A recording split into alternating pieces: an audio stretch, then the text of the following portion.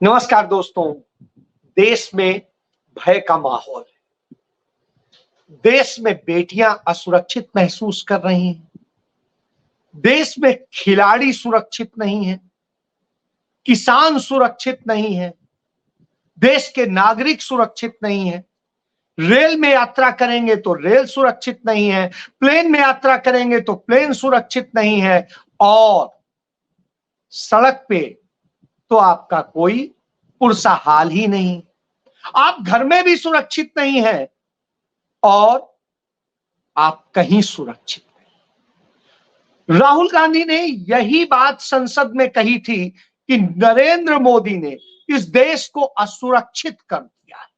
ये वही नरेंद्र मोदी हैं जिनके लिए भारतीय जनता पार्टी के लोग कहते थे कि देश सुरक्षित हाथों में है। उन्होंने यह असुरक्षित किया है। कैसे किया है बताता हूं। हिंदुस्तान के अंदर खुद नरेंद्र मोदी सरकार के आंकड़े बताते हैं, एनसीआरबी के आंकड़े बताते हैं कि हर रोज 24 घंटे में 90 से अधिक लड़कियां बलात्कार का शिकार हो जाती हैं। हम इस समय देख रहे हैं कि जिस तरह के हालात, और इसमें भी सबसे बड़ी चीज, 1 दर्जन लड़कियां हैं जो दलित समुदाय की हैं जो रेप का शिकार होती, रोजाना होती। उत्तर प्रदेश में सबसे ज्यादा लड़कियां बलात्कार का और महिला हिंसा का शिकार। इसके बाद हमने अभी हाल ही में देखा कि कोलकाता के मेडिकल कॉलेज में जिस तरीके से एक महिला डॉक्टर कैसे या ट्रेनी डॉक्टर के पढ़ रही थी, अभी उस डॉक्टर के साथ में रेप होता है, हत्या हो जाती है बीभत्स तरीके से। निश्चित रूप से पश्चिम बंगाल की सरकार को तत्काल कार्रवाई करनी चाहिए।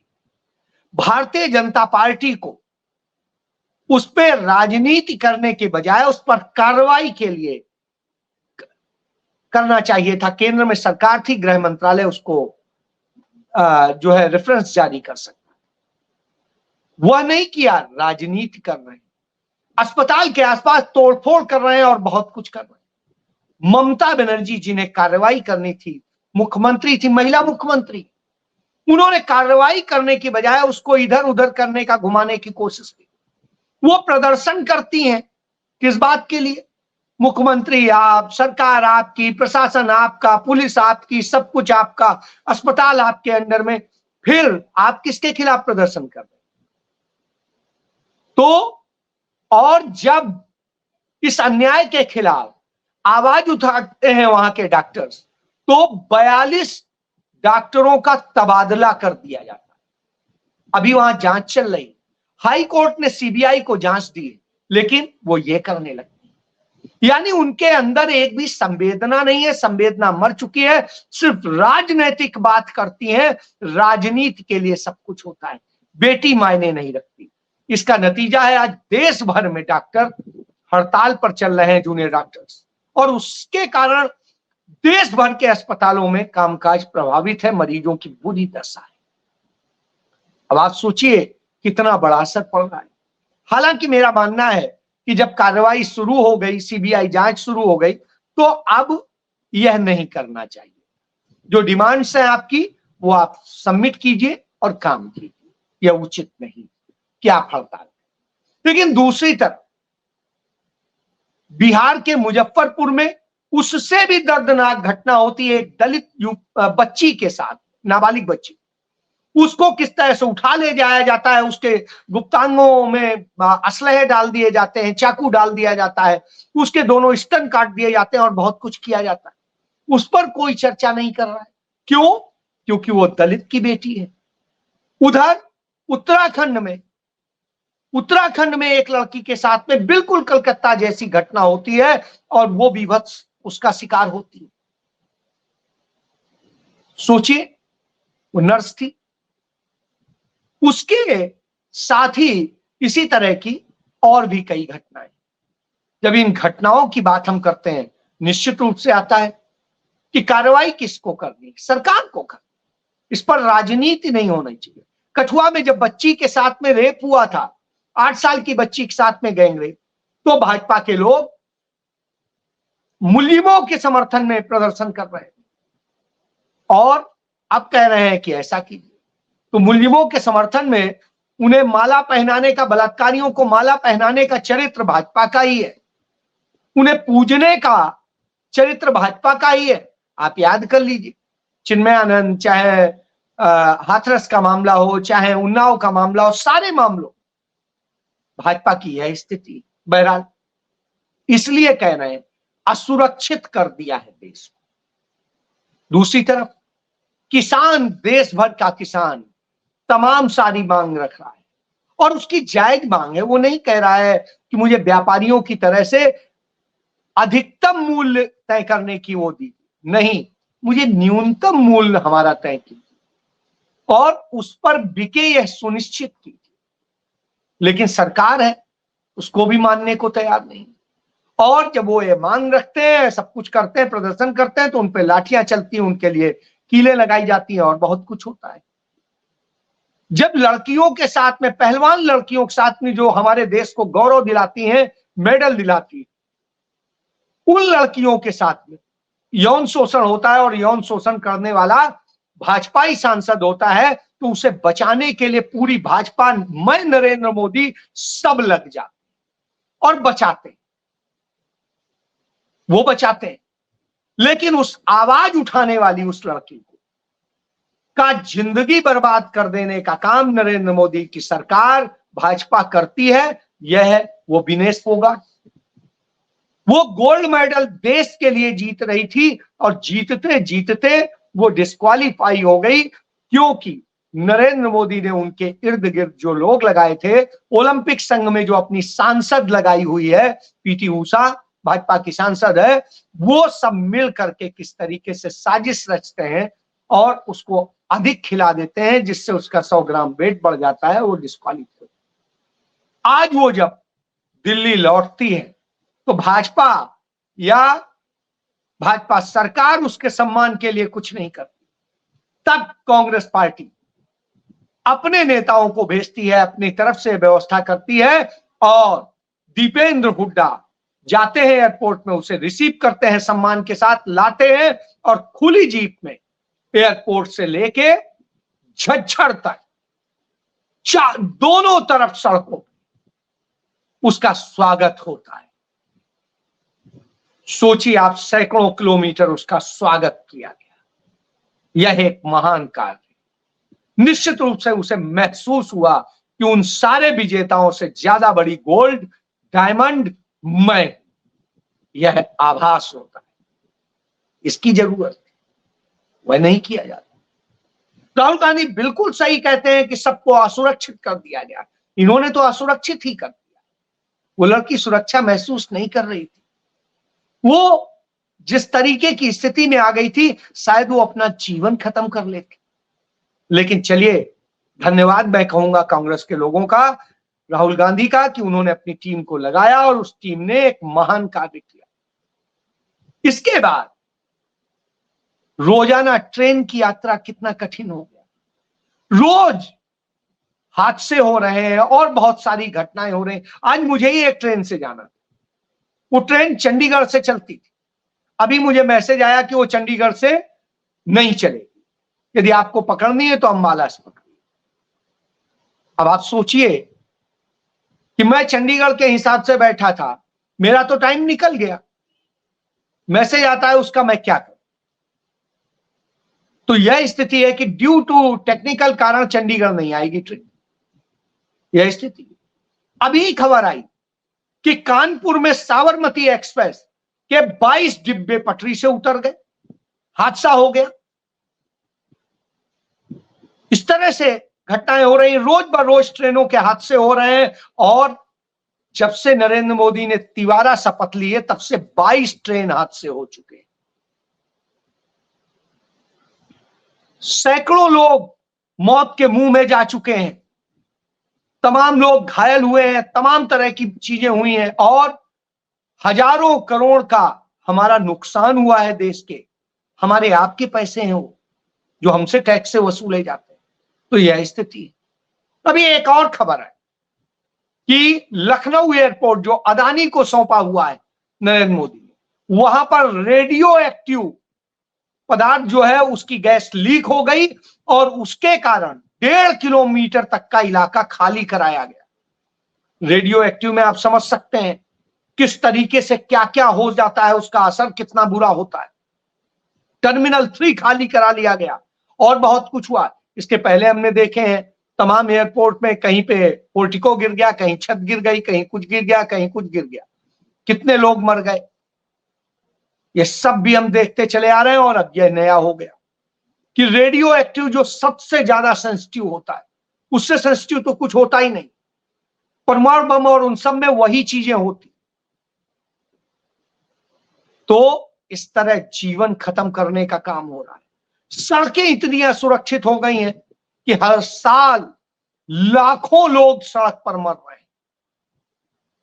तो न सड़क सुरक्षित, जबकि सड़क पे इतना हैवी टोल, न ट्रेन सुरक्षित जिनके किराए इतने बढ़ा दिए गए, न प्लेन सुरक्षित जिन्हें कहा जाता था हवाई चप्पल वाला भी यात्रा करेगा। स्थिति यह है कि इतना ज्यादा फेयर बढ़ गया है और फ्लैक्सी हो गया है कि अभी आप देखेंगे, कहेंगे 20,000 की टिकट है, पता चला 50,000 की हो गई, फिर लाख की हो गई। इस तरह की स्थितियां हो गई। मैं अपने बच्चों के साथ में मुंबई गया था, वहां से लौटने को था तो मेरी जो फ्लाइट थी वो मिस हुई। मैंने दूसरी फ्लाइट के लिए देखा कि वो 19,000 की टिकट है। जब मैं उसको बुक करने चला तो मुझे 38,000 की पड़ी। अब 38,000 के हिसाब से आप सोचिए, मैं 5 टिकट मुझे लेनी पड़ी, मेरे लिए निश्चित रूप से बड़ी चीज थी। उधर वही सारी टिकट मिला करके, मेरी और बच्चों को मिला के जो मैंने पहले ली थी आने के लिए, वो सिर्फ मुझे 22,000 की पड़ी थी। और स्थिति यह है, मेरे से फ्लाइट मिस होने की वजह यह थी कि सड़क पर ट्रैफिक इस तरह से था कि जाम हुआ और जाम के कारण सारी स्थितियां हमें झेलनी पड़ी। तो यह सत्य है। तो ना आप सड़क पे सुरक्षित ना वहां। अब आपके घर में घुस करके कोई भी क्राइम हो सकता है। लखनऊ में घर में घुस करके एक लड़की थी, उससे गैंगरेप किया जाता है और उसको जिस तरीके से किया जाता है अपने आप, ये सब रामराज्य चल रहे हैं। और उस रामराज्य में ही जो स्थितियां हो रही हैं वो शर्मनाक। आगरा में अभी घटना हुई, दर्दनाक घटना है। वहां होटल में ले जाकर के किस तरीके से एक बच्ची के साथ में, नाबालिग बच्ची थी, उसके साथ में जो जो घटना हुई वो अपने आप में गंभीर। उठा ले गए, कहीं से उठा ले जाएंगे, कहीं घसीट लेंगे। अभी आपको याद होगा कन्नौज में जिस तरीके से लड़की को उठा लिया और उठा के ले गए और नोएडा में ले जाके गैंगरेप करते रहे और मार के फेंक दिया। यह इस तरह से सारी चीजें हो, तब आता है कि आखिर कौन बचाएगा, कौन करेगा। हरियाणा में चुनाव आ गया है, जम्मू कश्मीर में चुनाव, हम सोचते हैं वहां शांति हो, अच्छा हो, माहौल बने। तो वहां पर सारी व्यवस्थाओं को कैसे काबू किया जाए, चुनाव को प्रभावित किया जाए, इसके लिए काम हो रहा है। चुनाव आचार संहिता लग जाती है, कहा जाता है जिस दिन तारीख घोषित हो जाती, तारीख घोषित होती है, उधर सूचना आयोग के 3 सदस्यों को शपथ दिला के उन्हें वो कराया जाता है। और ये काम राज्यपाल करता है, जिसका काम है संवैधानिक रूप से उसका पालन कराएं, संविधान के उसके मर्यादाओं का पालन करें। लेकिन ये होता है, सारे तबादले होते हैं, कई जिलों के एसपी बदल जाते हैं, कई जिलों के डीएम बदल जाते हैं, कई जगह और बहुत कुछ होता है। इसके अलावा तमाम जो है व्यवस्था से जुड़े हुए लोगों के बदलाव कर दिए जाते हैं। घोषणाएं भी मुख्यमंत्री कर रहा होता है। अभी तक 10 साल से सरकार थी, तब क्यों नहीं हो रहा? अभी अचानक चुनाव घोषित होते ही सब घोषणाएं भी होने लगी, सब कुछ होने लगा, सारी चीज अगस्त महीने में हो गई।